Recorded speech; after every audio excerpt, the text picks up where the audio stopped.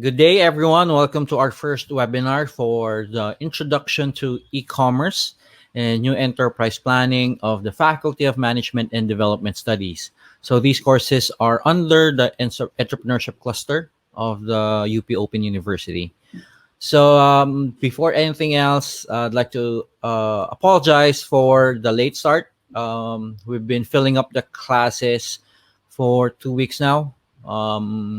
With the numerous webinars all over the internet. So uh, we saw a decline in participants in this semester. So we filled up every for the two courses before we actually start. Um, so our topic for this webinar is about uh, business ideas, and the business ideas are the topic of our assignment number one for both courses. um, I'd like to introduce myself first. I am Ramon Manuel T. Nisperos, RM. You can call me RM, and I'm the course coordinator for both courses, New Enterprise Planning and the Introduction to E-commerce. And I'm also a senior lecturer for the Public Fiscal Administration course of the Master in Public Management, also in UPOU. And I've been teaching the entrepreneurship courses for the past maybe 7 years, almost 7 years. And I hope everyone read my profile on our course page. So I hope everyone would still introduce themselves if you haven't. And also, I I wear numerous hats. I teach. As you can see, I'm a senior lecturer. I'm working in UP Open University as a part-time instructor, professor. I have a full-time job as a marketing head and a business intelligence officer for a bank here in Manila, Philippines.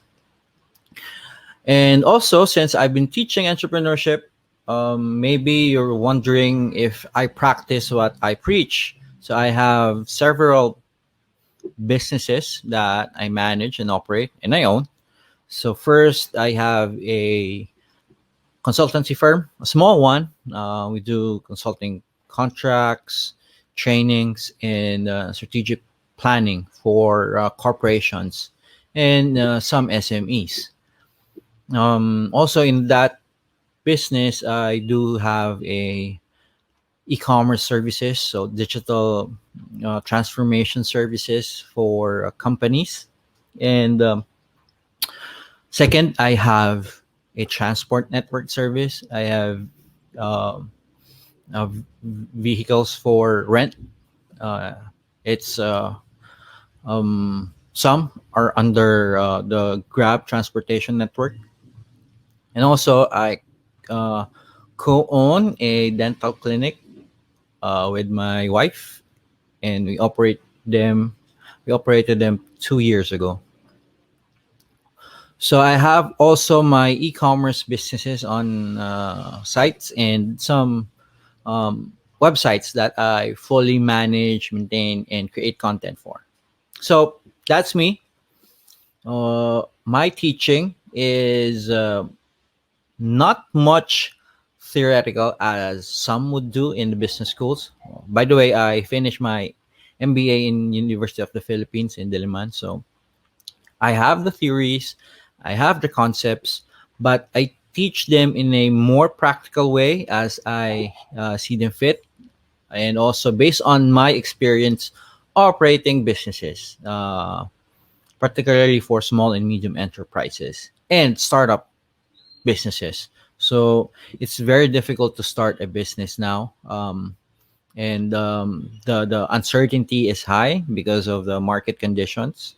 But there are ways to mitigate those risks, and both courses were integrated with that concept. And for those who have read the modules, those are the concepts, in our weekly webinar starting this week, I'll be teaching some practical concepts that you would need to apply in order for you to succeed. So, as a orientation for the two courses, first for we have an entrepreneurship cluster in the University of the Philippines, Faculty of Management and Development Studies. So in UPOU, we don't have colleges. The university is broken down into faculty since there's no physical classroom. It's pure online.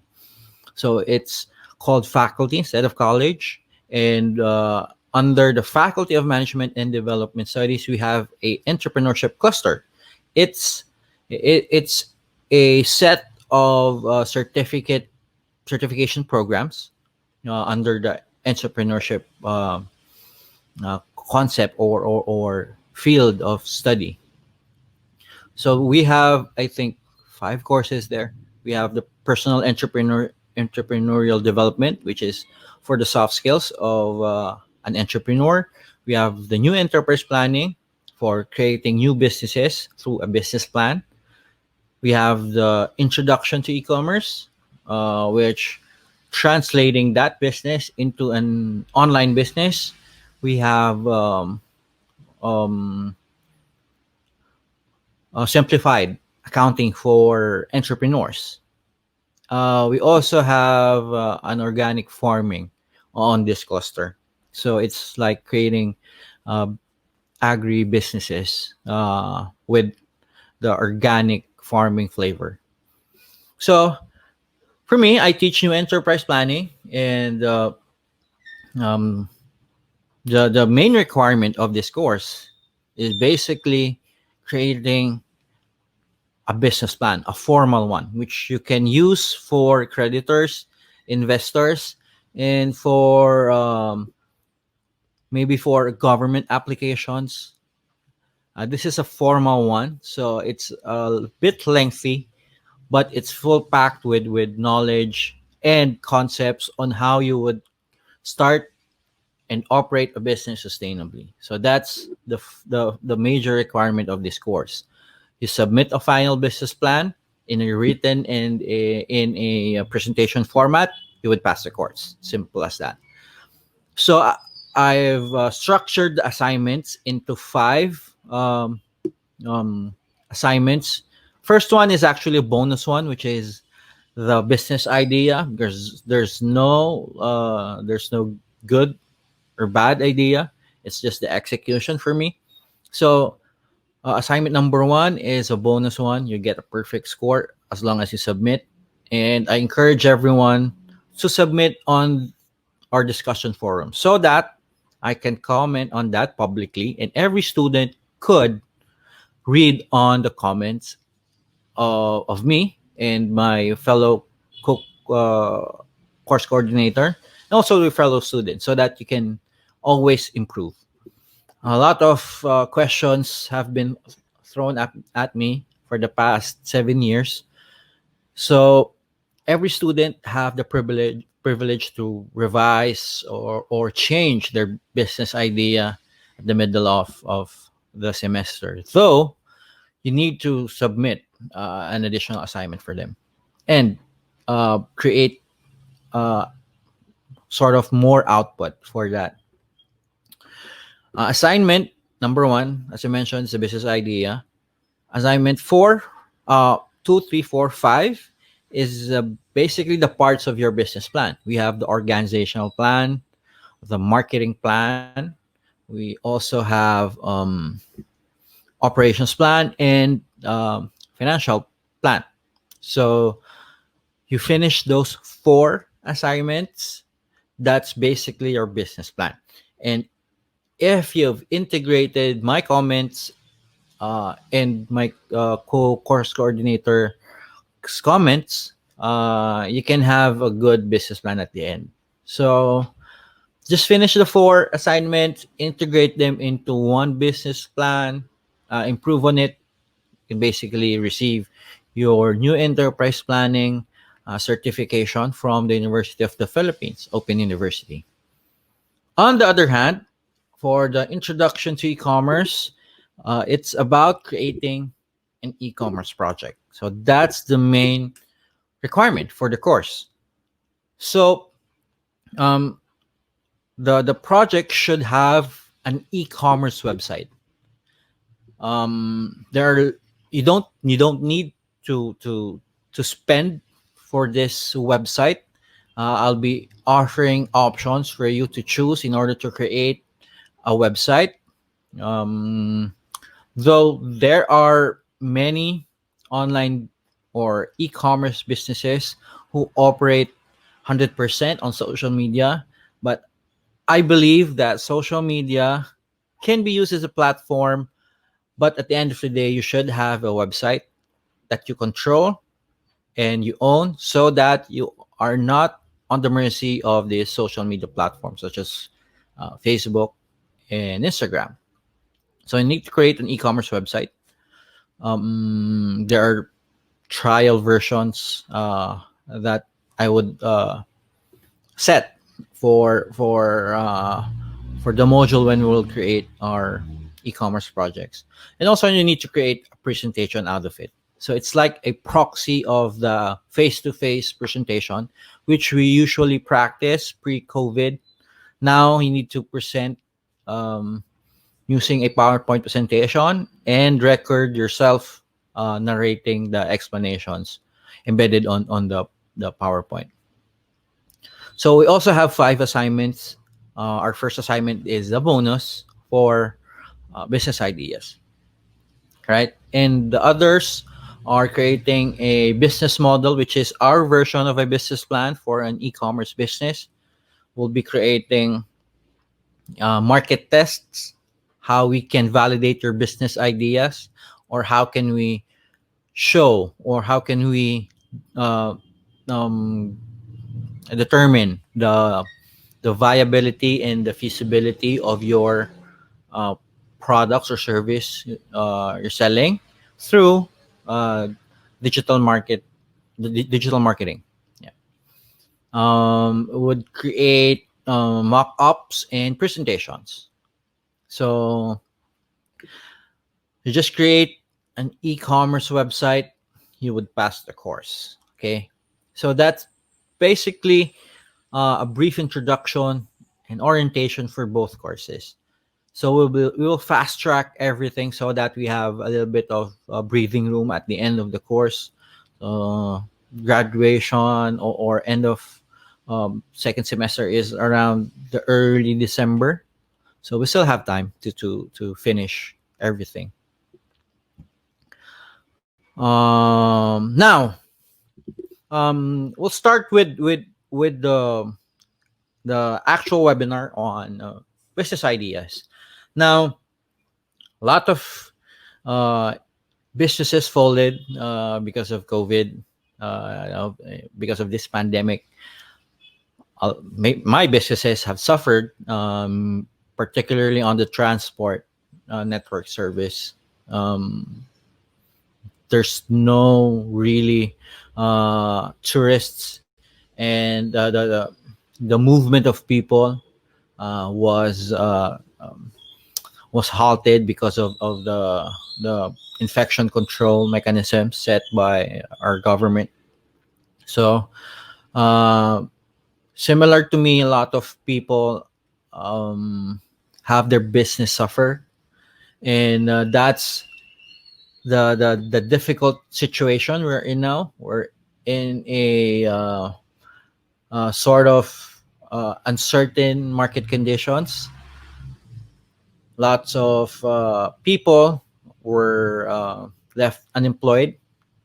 So it's now more difficult to start a business. So there are silver linings that we can use and we can leverage on, and that's the ideal scenario of the course is to teach students how to navigate in these uncertain situations.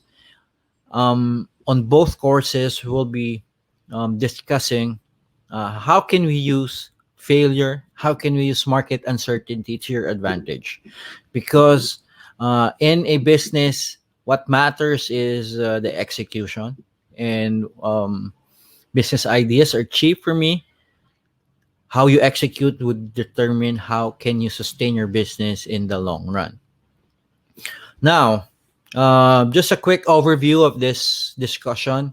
We'll be discussing what is a business, what is its greatest asset, what are the business paths, usually online because of the nature of our market today. Though you can still offer it physically, but you need to prepare on the online and the offline market. Then we will talk about consumer problems, which is the theme of our assignment number 1. And lastly, execution principles.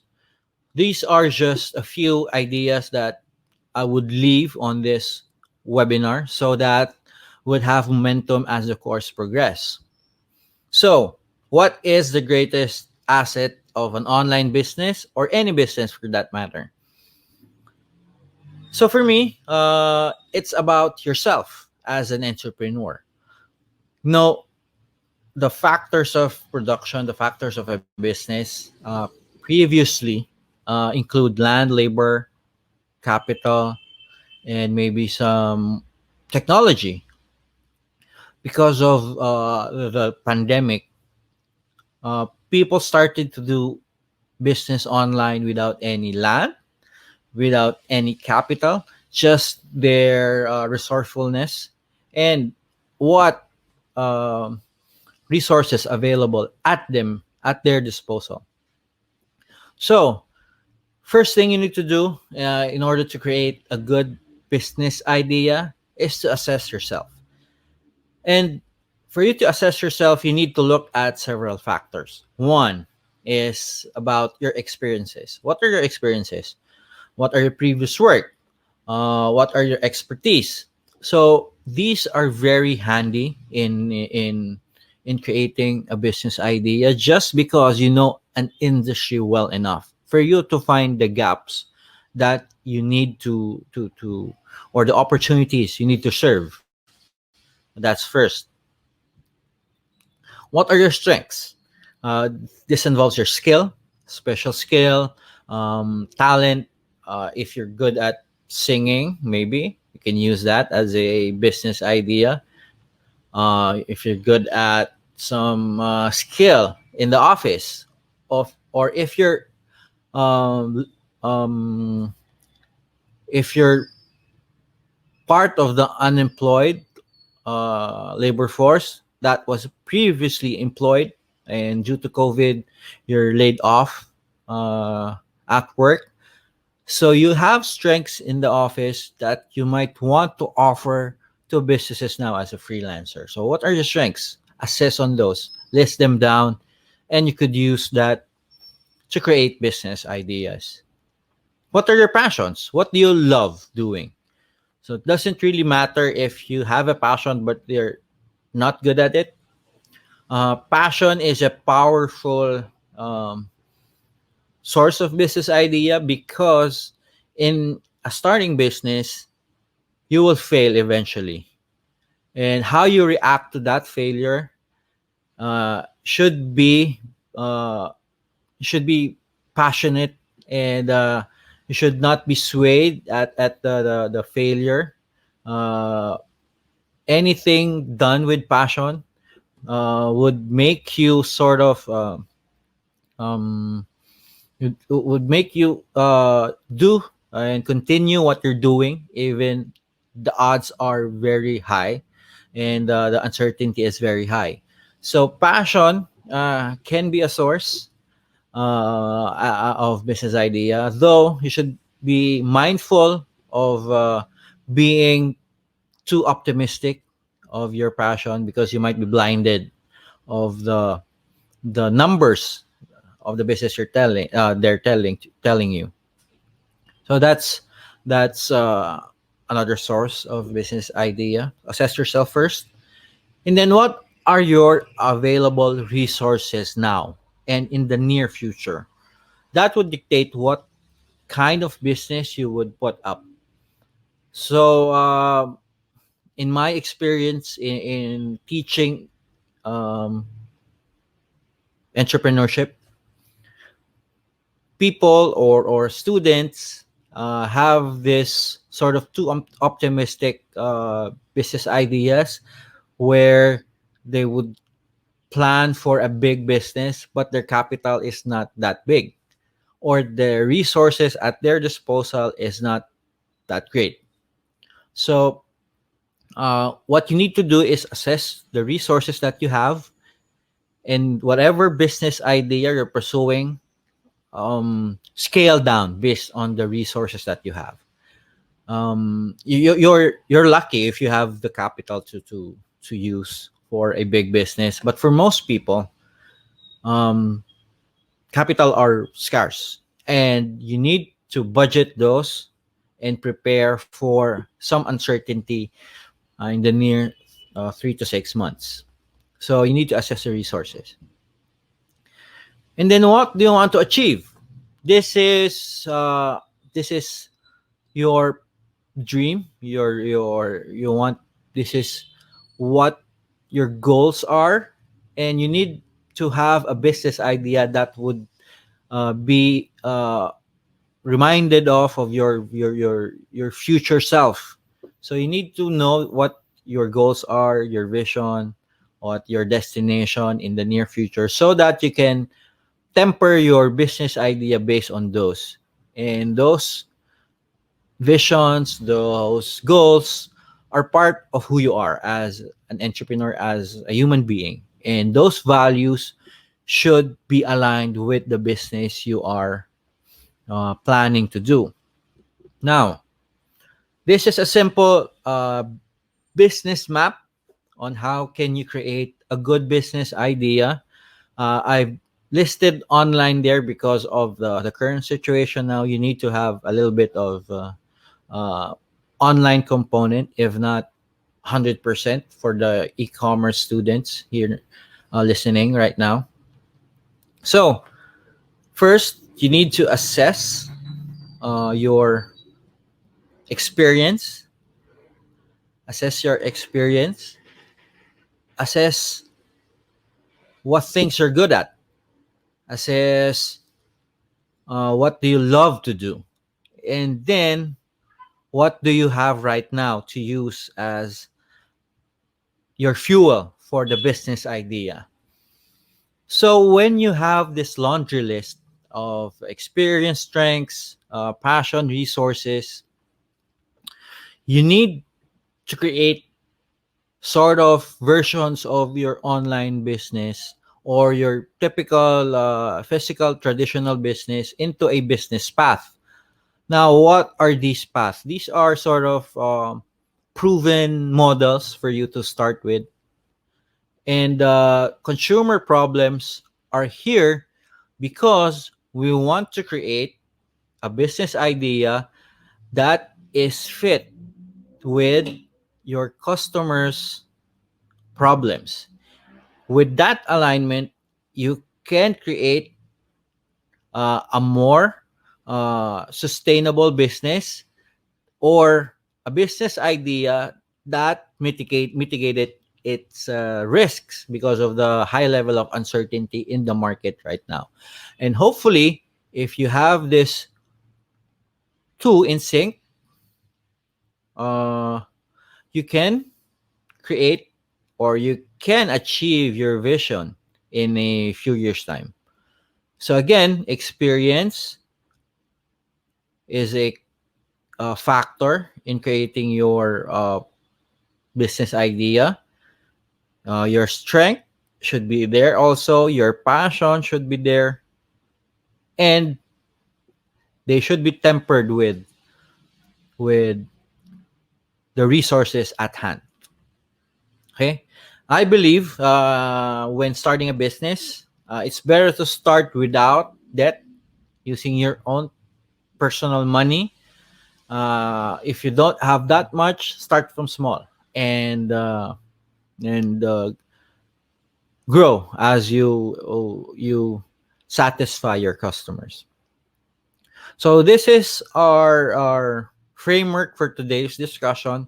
I hope you have a visual uh, um, map on your brain or your mind for you to ponder on your business ideas for assignment number one. So, what are the online business paths, or what are the traditional uh, business paths that you can start now? So, e-commerce store. You saw and you're seeing lots of individuals selling items online, from food to whatever disinfection thing that you can use right now. Everything is being sold in Facebook, Instagram, um, uh, and sold through email, through text. So that's basically your e-commerce. And in a typical market without this pandemic, e-commerce store is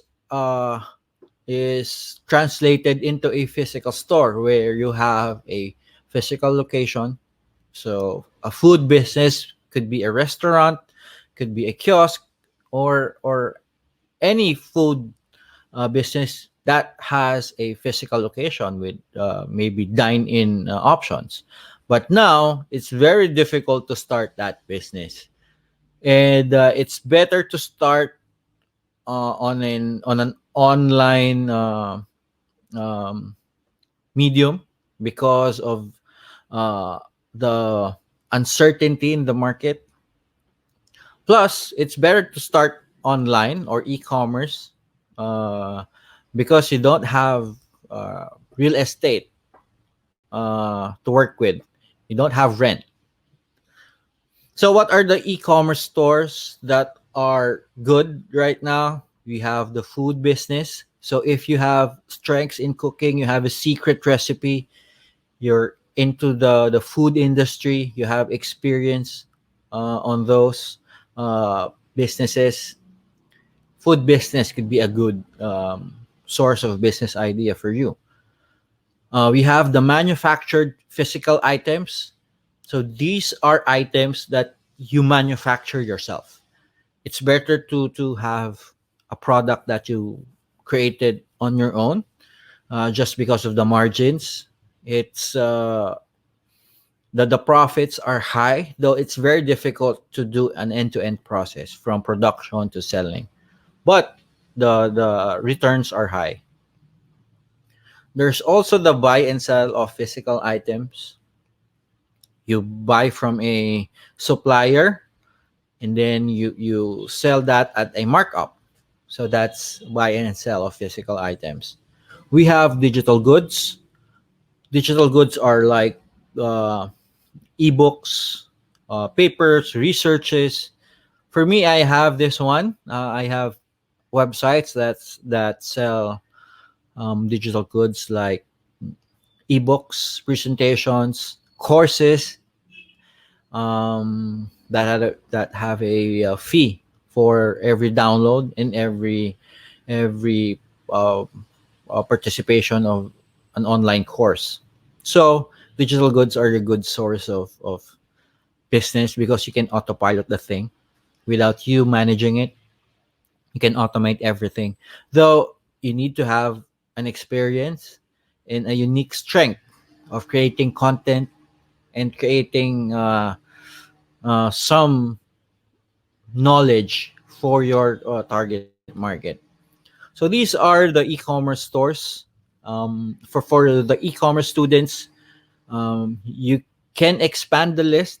It could be services. It could be uh, other items not covered here. But in general, these are the four product types that you need to sell. Now, just a comment on the food business. Food business is easy to start, especially if you know how to cook. A lot of individuals in this year, in this pandemic, started a food business even without a secret recipe. They just learned from YouTube, and then made iterations of their final product and sold to Facebook, Instagram.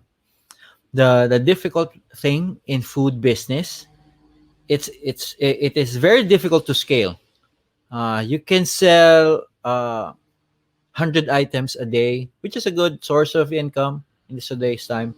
But if you would produce higher than the optimal number you can produce given your resources, you need to invest on lots of machineries and production lines for you to sustain and to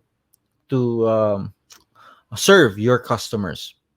So it's very difficult to expand, but it's easy to start for a food business. Manufactured items, it's capital intensive because you need to have machines in the middle for you to manufacture items. If you're into something like a handcrafted item, um, you can go on the manufactured items route, though the number of items you can produce per day would be limited. So you need to work on the pricing and the promotion of these items since you'll be selling low supply of your physical items. So you need to have a pricing strategy for this. So buy and sell of physical items. This is a battle of margins. So if, for example, you have 100 peso cost for an item, you need to sell that for maybe 120 pesos. So your margin is 20 pesos. So that 20 pesos, you need to manage the 20 pesos because everything you spend would be deducted from those margin. So this is a battle of cost per acquisition of a paying customer. So you need to spend on ads, you need to spend on marketing, you need to spend on people. So the lower you spend on those marketing costs, the better your profits will be. So the thing now is creation of content. The content is not free. You'll spend time, you spend effort on this. So the cheap option for lowering down the cost per acquisitions. So this cost per acquisition is the expense you made divided by the number of paying customers you have for a certain period. So um, I see lots of content that is um aiming to go viral. So that's a good way, but it's very difficult to um, create content that would go viral. So it's a challenge, even for advertisers, big advertisers. It's very difficult to create that viral content that would push your market or push your product into sort of like free marketing. So as I mentioned, digital goods is a autopilot thing. You can automate those. So in my website, I have reviewers there. I have some presentations that has a payment option there. Uh, so people will just key in their credit card details and then click, click, click, and then they can receive the download through their email. And then I can receive the payment and then cash out on my bank account through an online wallet, an e-wallet. That's via PayPal and PayMongo, which we'll discuss in a few weeks for the e-commerce. Though the new enterprise planning students can always attend webinars for the introduction to e-commerce course. So this is a new business that I've just created a month ago. Um, uh, the problem here is I'd like to phrase the business idea into from the assignment number one. So the problem here is that a lot of individuals are using disinfectants that are bleach and chlorine based. So the fumes of this bleach and chlorine would took a toll if you use disinfectants daily and religiously. So we need to have a solution that is non-toxic and does not rust, um, that does not result in accelerated rust for appliances, for equipment such as dental equipment in my wife's clinic. So uh, we found a supplier, which is a friend of mine who produces uh, bleach and chlorine free disinfectants. So it's perfect for us in our dental clinic since we want to use non bleach based disinfectants so that the equipment in the clinic wouldn't rust. Uh, and also, since we use these really religiously, we need to have a non toxic option. So, since it is a valid problem and I've talked to friends and our prospect, our potential market, they are um, they are quite intrigued of the product. And on my personal research, it shows the viability in terms of the margins I have and the the cost per acquisition that I would have. So this is an e-commerce business I created in a week. It's called Essentials, and it's hosted on a platform, an e-commerce platform. There's a premium account that I pay. This is a Shopify based e-commerce store that I pay 700 a month, and it's all in. I just need to design the website and the images and the descriptions. So my experience and my wife's experience are into the health industry. My strengths are in marketing and e-commerce, and I have resources, a network or a friend that supplies and manufactures these kinds of disinfectants. And I do have a server with me. I have a hosting, which I pay for yearly on my e-commerce and personal websites. So um, I use this as the assessment and combine them to create this e-commerce business, the essentials. So we sell this at around 600, and we do some Facebook advertising on this one, and also email and Facebook Messenger marketing for this e-commerce business. So I chose e-commerce because of the set of assessments that I made, and also the problem of the customers that I have. And the good thing in this product, you can actually use it not just to spray on surfaces to disinfect. We use this as a misting solution for those. It's like an air curtain on the on our clinic's door. So it's like it's flowing mist so that some the probability of the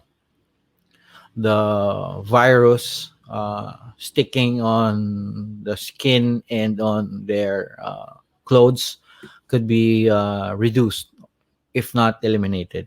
So it's non-toxic, which is good for us. We can apply this even with patients actually on the clinic. So that is one way to craft your business idea. Start with the problem and match whatever you have on your assessment. From that, you can create sort of a model of your business, a prototype, which you can improve as you implement. With that matching, you can have sort of eliminated if or mitigated the risk of uncertainty. So you want to sell something and you want to create a business idea that has a market need, and that market need is based on problems of your customers. Other paths of business, you can try freelancing uh, if you're just um, in your house, your homes.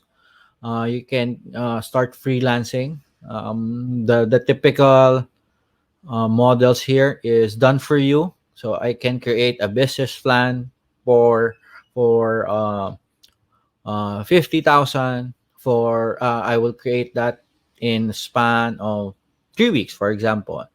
Before we do that, an hourly project based business, you can start with platforms, Upwork, freelancer.com, onlinejobs.ph. You can use your strengths as and experience to provide service for others. So before before I started the consulting um, company that I own, I used to work at Upwork on my free time. So this is actual profile that I have. What I do in Upwork before is create business plans and marketing plans for companies outside the Philippines. So since I have experience in business, experience teaching, I experience reading and evaluating numerous business plans, and also implementing businesses and executing business plans. I have that unique experience, and also the knowledge since I've been a student of business from um, in maybe 10 years now. So that unique assessment made me uh, go into freelancing. Though I'm not into freelancing now, I do it via the company that I operate, a consulting company to operate. Since uh, the good thing in freelancing is you can start now even without uh, DTI or site registration. You just need your skill, and then sign up with these platforms. You can start earning. Others are consulting. So I've transitioned and went into consulting. So still, it's done for you service. We do marketing plans for companies here in the Philippines. And then we do productized consulting, meaning we set boundaries for a certain fee, boundaries for a service, like um, uh, a 3-page website done in 1 week for 20,000 pesos. So that's a productized consulting. You can create specific boundaries in providing service, and would package your service as a product, as if it's a product. So it can manipulate. There's a multiplier effect in case you're hiring on your company, because if you're consulting using your own knowledge, you're bound by time. And if you're bound by time, there's no choice but to jack up your prices. But only few can afford high prices, especially in today's time because of the uncertainty. So you need to slice them up into size bite chunks of your services and offer them as a product instead. So that's productized consulting. We can discuss this in the future, in case you need you want to have a detailed explanation and discussion on this. So this is a website. that I own. Though this is not the consulting company, but this is a personal website. I do receive emails in this website. I do receive minimum of three leads per month. So these leads are inquiries on how they can hire me as a consultant, or maybe they could I create a business plan, marketing plan for them, or strategies in order to topple the competition. Also, business path is e-learning. If you have unique knowledge and skill, a combination of those things, you can create content and package them as a course. Another one is creation of content. You can create content. It's like vlog. You can create YouTube videos that are sort of desirable and can generate traffic, and from there you can create or you can earn from those content through Google AdSense. It's the monetization tool of Google. So they send ads on your videos. If if I'm not mistaken, I have three students who started an online business. It's actually a business. It's a business that is for creation of content for YouTube, earning through advertising.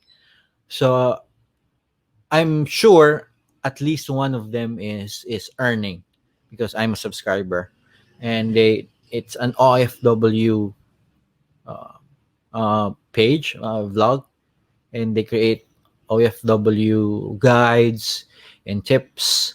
So he's earning now, and it's a good business. Though he's not registered officially in the Philippines because he's based in Singapore. So you can create this one. Again, what do you need to operate your chosen business path? Uh, could be online or the traditional one.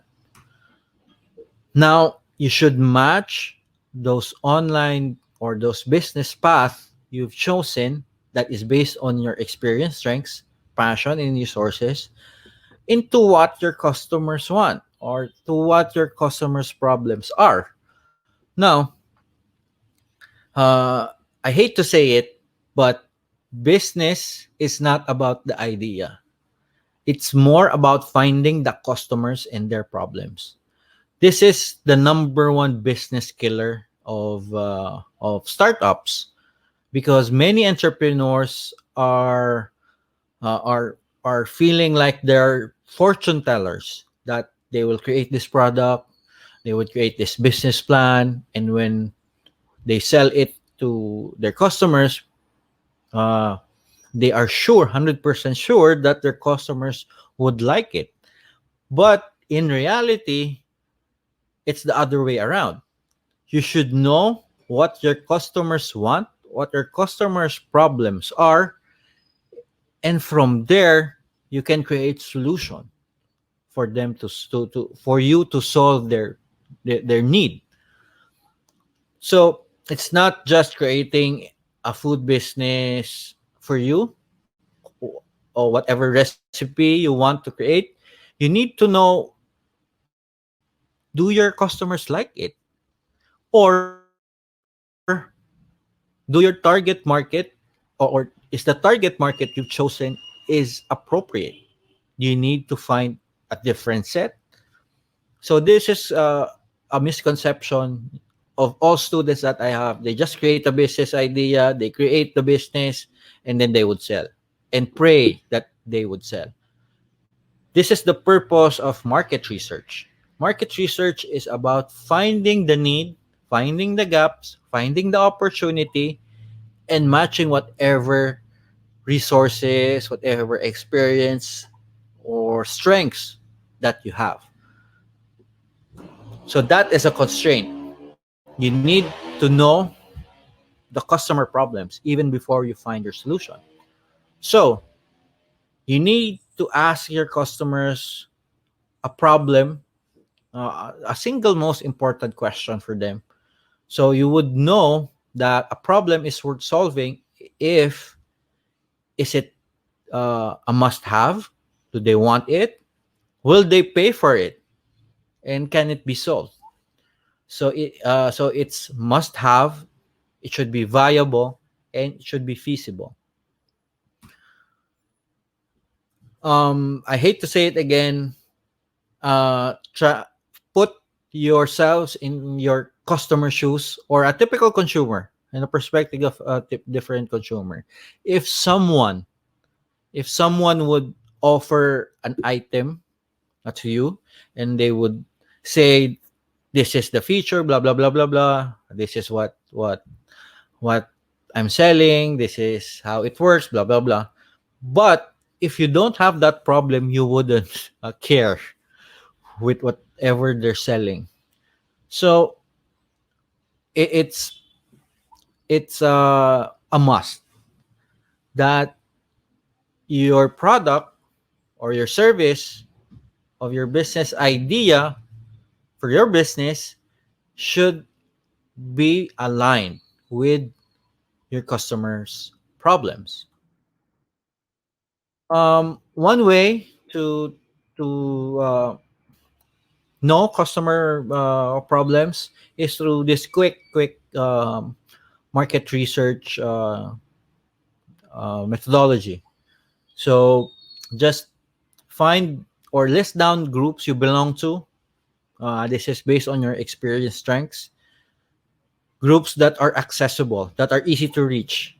Uh, Meaning, can you talk to them at this point in time? Can you message them on Facebook, Viber, and they would reply to you immediately? And lastly, you need to find groups that pays for things. So it's that's the reason why most businesses pay, or most successful new businesses, their customers are businesses also. It's like a business to business, B2B model. Now, what I do use is this is like a forgot the name. It's like a Venn diagram. I don't know. So just list down groups you belong to, groups that are accessible, and groups that pay for things. And with that, you can find the sweet spot here. The sweet spot. And that would be a good target market to start with, and ask what problems that they have in relation to the business path you're thinking of. So a quick exercise for you can use for making a informal market research is to list 20 groups you belong to. Are you a photographer? Are you a pet groomer? Are you a restaurateur? Do you like mobile games? Every groups you belong to, not necessarily online groups, but a group of friends that you belong to. So among those groups, pick 5 groups that are easy to reach, that can you can easily talk to go to ask them what are their usual problems. And then among those groups, among those 5 you've short listed, pick one, at most two, that has more spending power. And then from those 1 or 2 groups you've shortlisted, uh, choose the best one that has sort of uh, have common traits, common behavior, and common preference. This is very helpful and handy if you will be creating a marketing campaign for these target market, because common trait, behavior, and preference means they would react uh, um, they would react you sort of better engagement on your marketing message if you're into the marketing plan. And for the e-commerce, it's the digital marketing. Okay, so when you know your market's problems, you'll be able to solve by selling things. This is what we've called um, okay. So just a few. Greatest risk, as I mentioned, is not the development of your business idea, the product, the service. It's the development of your customers, development of market. This is a set of concepts, theories called customer development. And then you need to learn how your customers behave. Uh, it's not enough for new business to do market research, like having a form that has a tick box. uh, would you like to sell, would you like to buy this item, sort of like that. It's a good market research for academic purposes, but for business purposes, for startups, it's better to track action, what to track action rather than what they're thinking. So uh, I've known this for years, doing a business, especially your friends and families. They would be too nice if you ask them. Ask your families and friends if you have a business idea or a product or service in mind you'd like to sell. Ask them, ask your families and friends this. Would you buy this? They would answer 99% of the time, yes. Because they're Filipinos are too nice to say that it won't work. On the other hand, if you ask them, are you willing to uh, pre-order this item? I'll be supplying this in a week. So when money talks, the reaction will be different. That's one way to track action rather than what they're thinking. So you need to focus on the problem and track action so that you would know the viability of your business idea. But this is for the market research part. So this is called the product market fit. Your product or service should have qualities that fits the market need or the market problem. So your product or service is based on the assessment that you made, and you've sort of iterated your business idea to fit on the market requirements of your customers. So you would only have this alignment if if you have a market research in the middle. Uh, so we would discuss market research as the course progress. How can we create? How can we know? How can we uh, uh, see if the business idea is viable? And that is through market research. This is not the formal market research that you need to survey. It's like the SWS and all. Not like that. We'd create interviews through Messenger, Facebook Messenger, through Viber, and then create and solicit actions based on a preset questions that you would ask. So, going back as a quick recap, we have discussed your assessment based on your experience, strengths, passion, and then your resources. And from these assessment, you can create a prototype or sort of like a business idea that you need to refine based on your market need or market problems. So from there, if you have revised your business idea, your business path, you would forge a product market fit. And with that product market fit, you would have a better chance in surviving the market full of uncertainty. So the number one killer of business is offering something that no one wants. With the product market fit that you've generated, you would eliminate or maybe mitigate it, the risk of selling something that no one wants. And that is a path to your vision. If you want to be uh, the richest man in the Philippines, the richest woman in the Philippines, that is a valid vision. But before that, you need to to to have the first step in your business, which is to have a product market fit for your business idea. Now, some quick tips on execution based on experience. Um, this is the last part of our discussion for webinar number one on business ideas.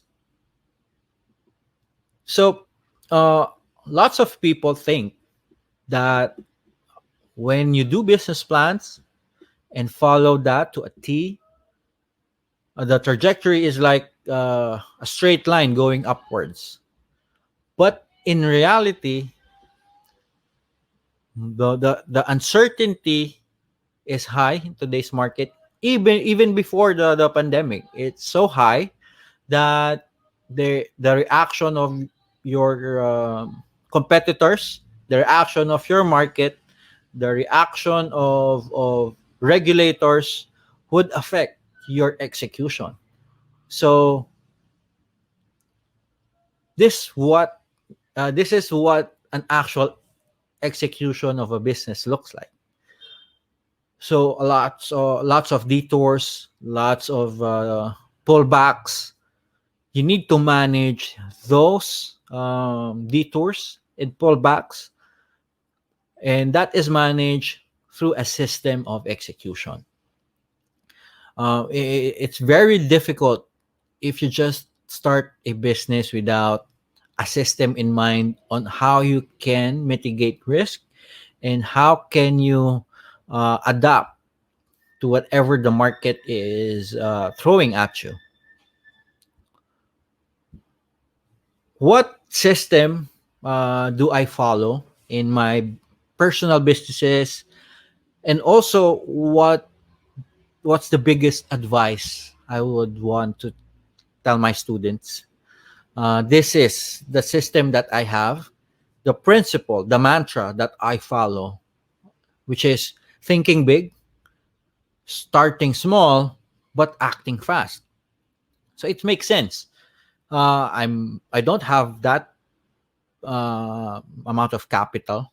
I'm not a tycoon that can just put money and then wait for it to grow.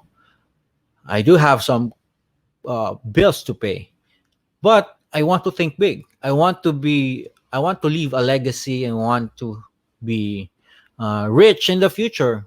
Who doesn't, right? So you want to think big. You want to both have an advocacy and as well as financial freedom. So you need to think big. But since we don't have that luxury, the luxury of having that big resources, you need to start small.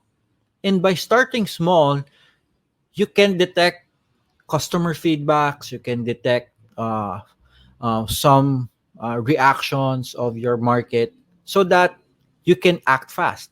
And by acting fast, you can continuously improve your business to reach your major goal in the future. So, a good uh, explanation or a good analogy for thinking big, acting small, or starting small and acting fast. So, if I have T-shirt business, for example.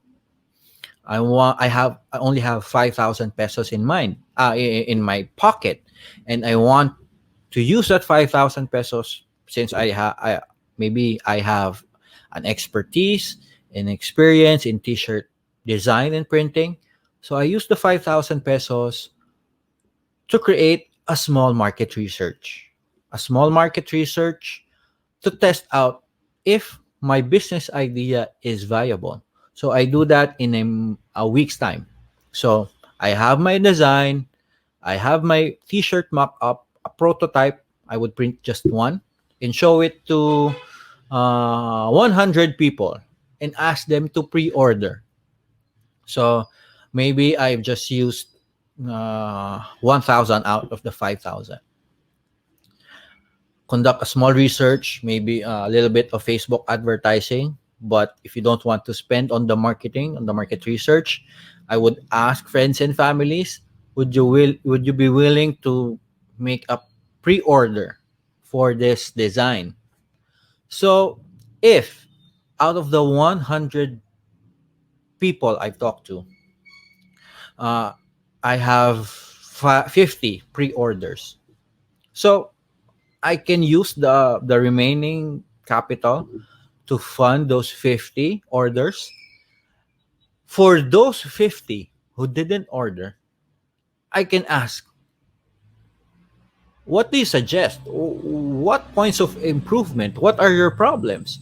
What are you looking at in terms of buying a t-shirt similar to one I'm selling?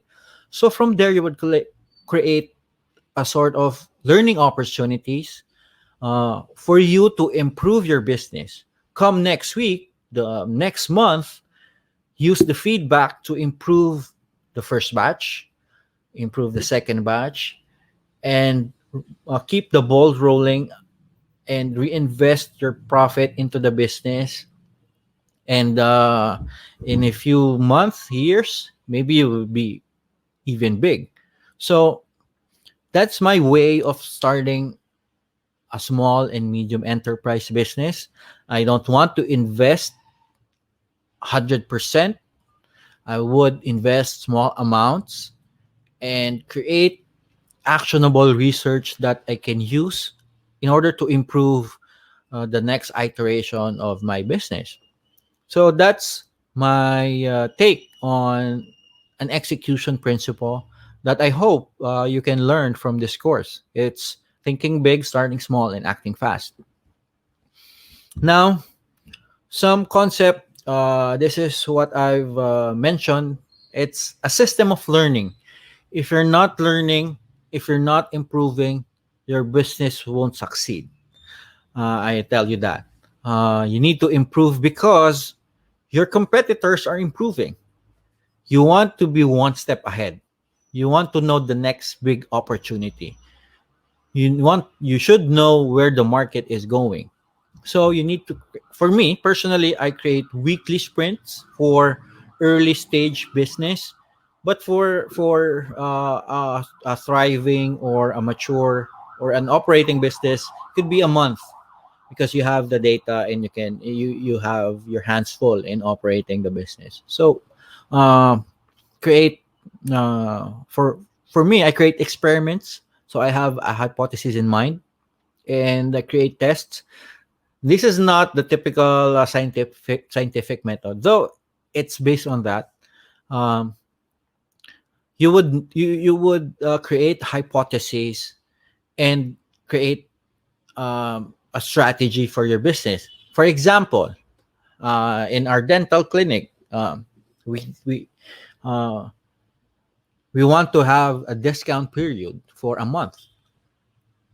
So would the hypothesis that I have could be, would a price discount can generate more revenue for the business, or it would create more operational cost? So my hypothesis is, obviously, price discount should increase revenue. So I would implement that in a month's time.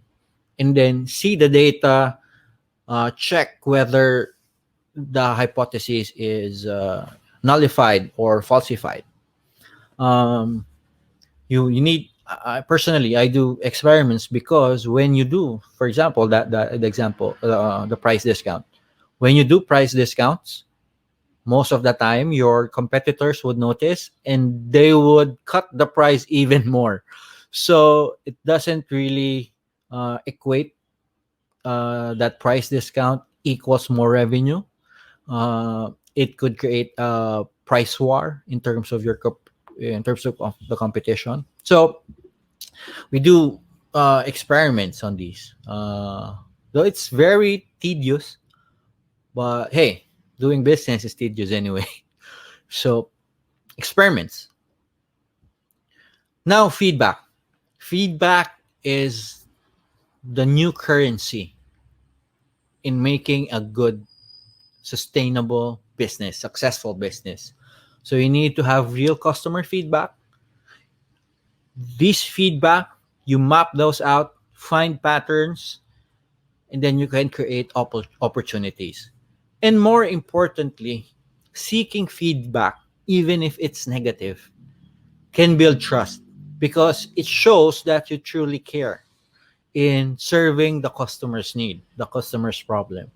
Building trust is very important in today's time because of the uncertainty in the market. All people migrated to online business, and then because of the because the online business, the e-commerce in the Philippines boomed unintentionally. It became lucrative. A lot of scammers, fraudsters have appeared. So if you are selling something that is not trustworthy, the owner is not talking to its customers directly, as in the startup or in the first phase of starting a business, it never builds a loyal customer fan base. And feedback is what the startup community uses. It's called an innovation accounting. The more learnings that you got from feedbacks, the more opportunity you have for growing and expanding your business. Now, system of measurements for execution. Initially, you just need to find the contribution margin. It is the price of what you're selling, or the cost of your selling, and then the cost of uh, the price less the cost of goods sold. So this is the cost of the actual item you're selling. So the difference is the contribution margin. That's the leg room that you have in terms of spending things, and the remaining is your profit. You need to know the break even point. So fixed cost divided by contribution margin. So we will talk about this in the new enterprise planning in the financial module. Um, and the customer acquisition cost. It's the marketing cost divided by paying customers. Because it's crucial in this pandemic because most people rely on social media for selling. But in reality, your posts in social media are really not that appearing in other news feeds because it's dominated by advertisers. And without the marketing cost, you won't be able to sell the way you want it to. The numbers you need to reach. If you have a loyal customer fan base in your community, it's good. But if you want to build a sustainable business that can support your family, even can replace your day job, your salary, it's very difficult if you don't use a marketing system for it. So it's like if it's a hobby, you can just use the free posting in social media and advertise from there.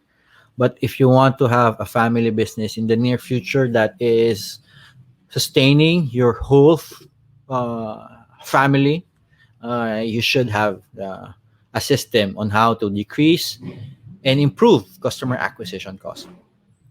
So, as we end the webinar, um, I'd like to go back to the system or the principle that I follow, and hopefully, you can use this when you are and when you will be operating your business after the course, or even within the course. Is think big, start small, and act fast.